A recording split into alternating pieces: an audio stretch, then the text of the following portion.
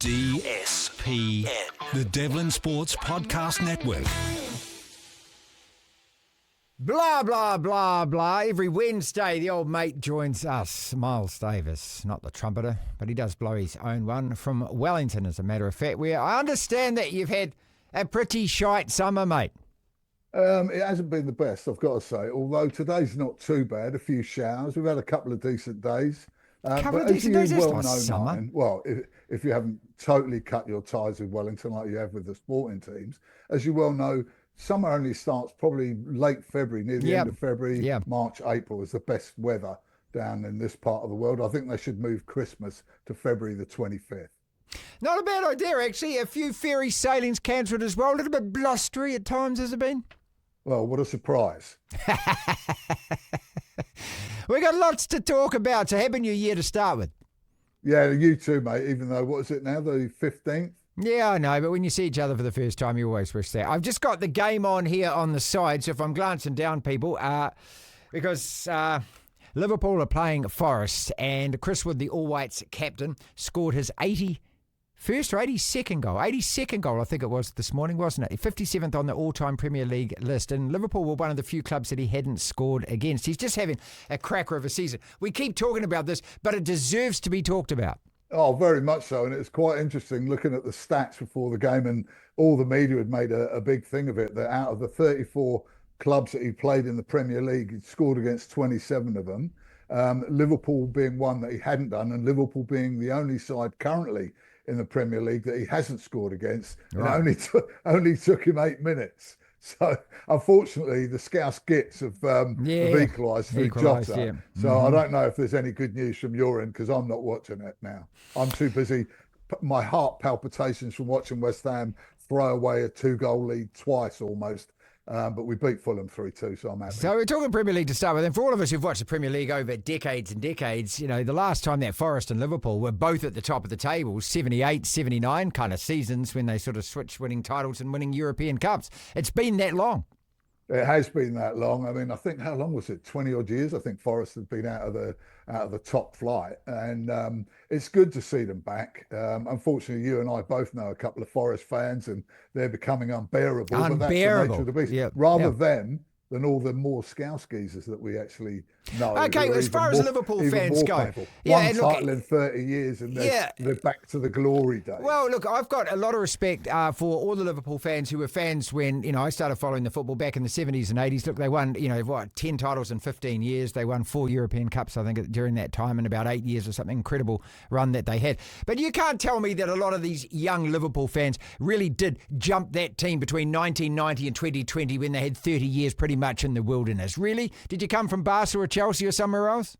Unfortunately, you get there's always been the odd hangers on. I mean, Man United, half of their support come from Surrey on a weekend, because people just want to support successful clubs. Well, people with that integrity like yourself want to support successful clubs. Here we go. And I mean, you look at Man City. I can tell you what, you even look at West Ham, like we'd be getting 30, 35,000 at the old Boleyn ground. Now we're getting 60 odd thousand at the London Stadium. Where do those other 30 odd thousand come from? You know, most of them will be opposition supporters who think, I could buy a season ticket there and go and watch my team play or watch a bit of football. A lot of them just want to be at the event. Yeah, that's right. Do you remember the 99 final of the Under-17 World Cup at North Harbour? Yeah. You know, where they had one end closed and suddenly everyone wanted to be seen at this big world event. That's so right. they all turned up at the final and they had to open the other end up. Yeah. Oh, look, and that's the way sport is these days, isn't it? I mean, it's, sport is Instagram these days, and everyone wants to be seen, everyone wants to have their stuff seen, and everyone wants to be seen at stuff. So, as far as the Premier League goes, this year, are Forest a real title challenge, or are we just interested in Chris Wood because he's our All Whites captain? It's hard to say. I mean, I suppose we said the same about Leicester in 2015, but I don't think they are a title challenge, but I think Nuno's done a fantastic job there. He's cobbled a squad together and turned them into a real team, and it's obviously not a fluke. You know, week after week they're getting results where you think, oh no, this is where they're going to fall over. Yeah, you're right. Yeah. Chris Wood obviously has been a standout, and I saw that Alan Shearer and a couple of others actually picked them in his team for the team of the season so far. And That's he's done high this. praise, He mate. looks That's like he's huge praise, isn't been it? almost reborn or reincarnated. He's always been a decent striker, a decent goal scorer, but I think he's gone to another level. Look, if he makes 100 goals, I was talking about, I'm not name dropping, we're talking to Winton Roofer about this at the end of last year. And that. You are name dropping. I am name dropping. If he makes 100 Premier League goals, it's just such an amazing achievement. You know, as I said, only there's 57 guys ahead of him at the moment on, you know, the all-time list. And it's just where to park that in New Zealand sport. It's got to be one of the biggest achievements ever by any person that has ever played sport, man or woman, in this country. But it's never going to be recognised as that. It's not 8 gold medals for Lisa Carrington, to equal Usain Bolt, but 100 Premier League goals, the biggest sport in the world, the biggest competition in that sport in the world. Yeah, I mean, you and I are both big fans of it, and we may be slightly biased, but I think we can appreciate the importance of it and the magnitude of his achievement. But I'd be surprised. I'd be surprised if he doesn't pick up a couple of awards over the next couple of years down in this part of the world, albeit that rugby is still the dominant force. As far as local football goes, Phoenix playing tonight and Ufuk Talay coming back to town. And it's a Phoenix side which really is in disarray at the moment. Getting rid of David Ball, I actually questioned that decision. I questioned the signing of Rojas when they did and all the PR fluff that was around that. I mean, look, the guy hasn't performed in a number of seasons. He's been injured all year. I don't even know how many games he's played, if any at all, for the Phoenix. He's still off injured. It might be another, 6 to 12 weeks, they're saying. They've lost 5 of the last 6 games. And so, you know, they're way adrift now. 4 or 5 wins adrift of that top 6. So this is a must-win tonight for them. Yeah, obviously. But it's funny. It's that old adage in sport, isn't it? It's the following it up. You know, what a great season they had last season. But now everyone's waiting for them. They've lost a bit of steam.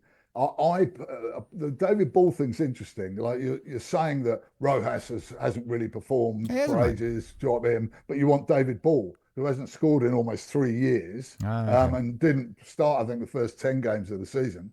He's been fantastic. He's been a great signing for them. But he's near the end of his career. And if you're looking towards the future, why do it now? What's he going to add in a side that's lacking in confidence? Bit of experience, slow legs. I don't know. I think you win that one. Let's talk rugby. You're looking forward to Super Rugby starting? It's only a few weeks away, mate. Friday the 14th. No, not at all, mate. Not at all. It's disappointing there's not a bit better class of cricket going on. I know we've got a few games, but I'm excited about the Six Nations because it's a rugby season there, and I think it's a better tournament than Super Rugby. Do you remember? Six Nations is brilliant. I used to work for the Wellington Rugby Union 30 odd years ago, and they had the Super Six.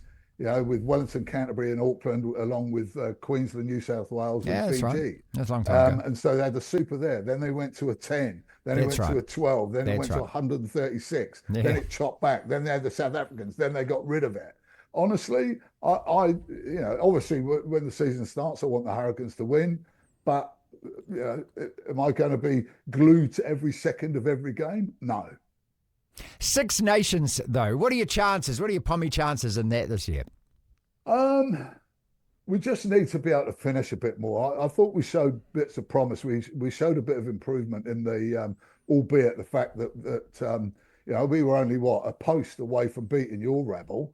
The Aussies scored in the last seconds of the game a great try to beat. So we weren't that far away, but we've got to turn possession and dominance into points, which is what the All Blacks have done for centuries. You can't give them a sniff or they'll put it away, but England haven't. I'm still not convinced about Borthwick as being the coach, but I'll give him this championship. The thing that interests me I think obviously Ireland and France are going to be the real tough nuts, but the thing that's interesting me is Wales.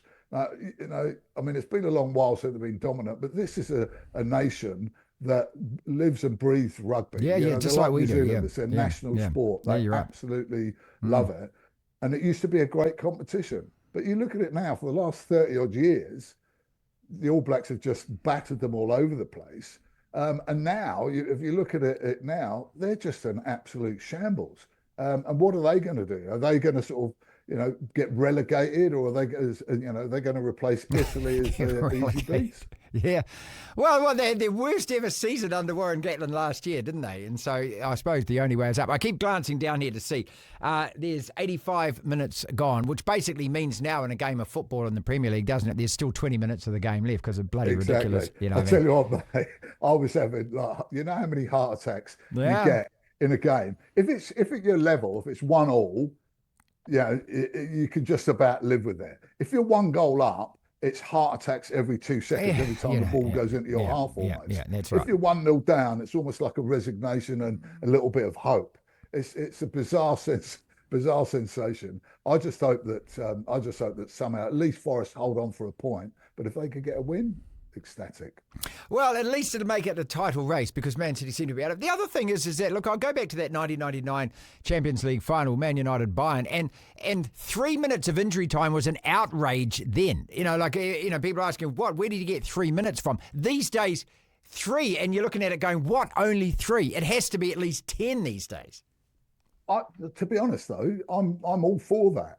There's so much time wasting. The injury, I mean, you look at the VAR or an injury, it'll take 3 minutes and they add 30 seconds on. Okay. I've paid for 90 minutes, mate. I want to get a full 90 minutes out of it. None of this fanning around wasting stuff. So I'm all for it. I don't know why. Fergie would have loved it. How many goals did your lot scored? And that game particularly. So many. My favourite story of that game was Lennart Johansson, the very overweight head of UEFA, who was up in the box and it's 1-0 coming into injury time. And he goes, I better go down there. So he goes down these 78 steps.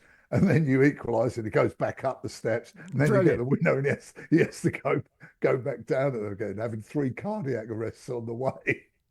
Hey, one of the stories that I read, what I wanted to ask you about today was the Olympic medals in Paris apparently have lost their shine. They're deteriorating. Now, Hamish Kerr came and joined us in the studio last year, brought his medal, huge big gold medal, and weighs a ton because it is gold. And a couple of months later, you having to ring them up and say, excuse me, a little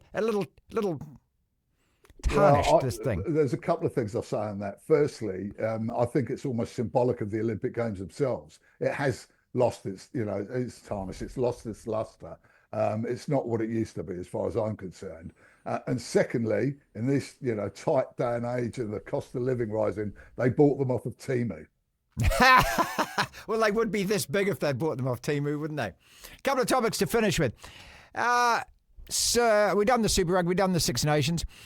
Tyson Fury. Now, I don't know whether you watched that fight. Again, losing to Usyk, and he's retired again. I don't know what this means. I mean, when a heavyweight boxer retires, does he retire or does he just retire so that he can make another big announcement about coming back again?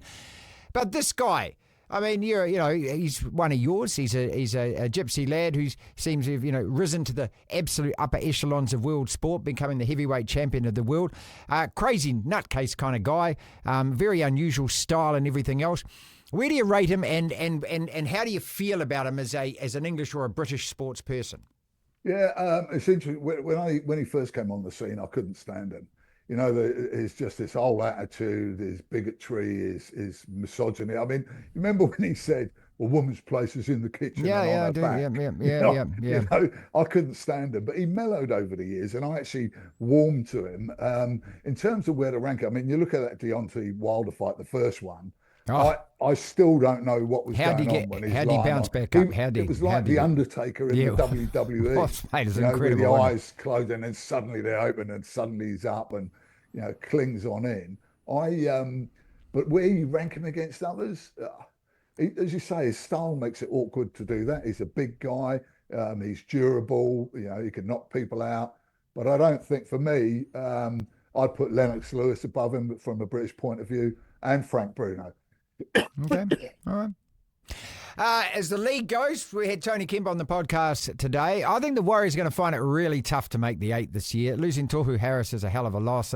And just when you look at that squad, I just don't have the confidence that, they get a few injuries and who replaces who. And, that the first 13, 17 players look pretty decent. But, every team that didn't make the 8 is gets better, don't they? And they all recruit and everyone that's in the 8 is desperate to stay there.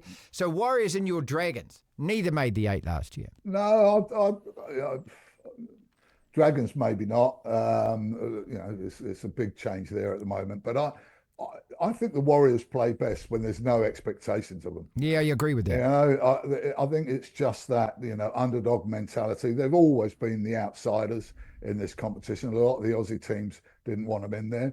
Teams, especially up in Queensland, can't stand them because there's more Kiwis turn up to the games at Gold Coast or the Cowboys than the locals do. But I wouldn't write them off at all. Tohu Harris, a legend, a top player for many, many years. He will be a loss. But New Zealand's got so many of these big island boys coming that can replace Tohu, so I'm not too worried about that. And I fancy him to make the top 8. So we'll see later on in the season who was right. And finally, the biggest sporting fixture, I think single biggest sporting fixture in New Zealand this year has got to be the All Blacks versus the Springboks at Eden Park. And I know that the women, the Black Ferns, are going to play a World Cup final, but there's something about that given the unbeaten record and given the fact they've beaten us 4 times in a row, trying to become the number 1 side in the world again. Pick that one early for us. Excuse me, you said the Black Ferns are playing a World Cup final? Yeah. They haven't made it there yet. Oh, come on, man. Well, who's going to beat them to get there? There's England on that side in New Zealand. What other teams play?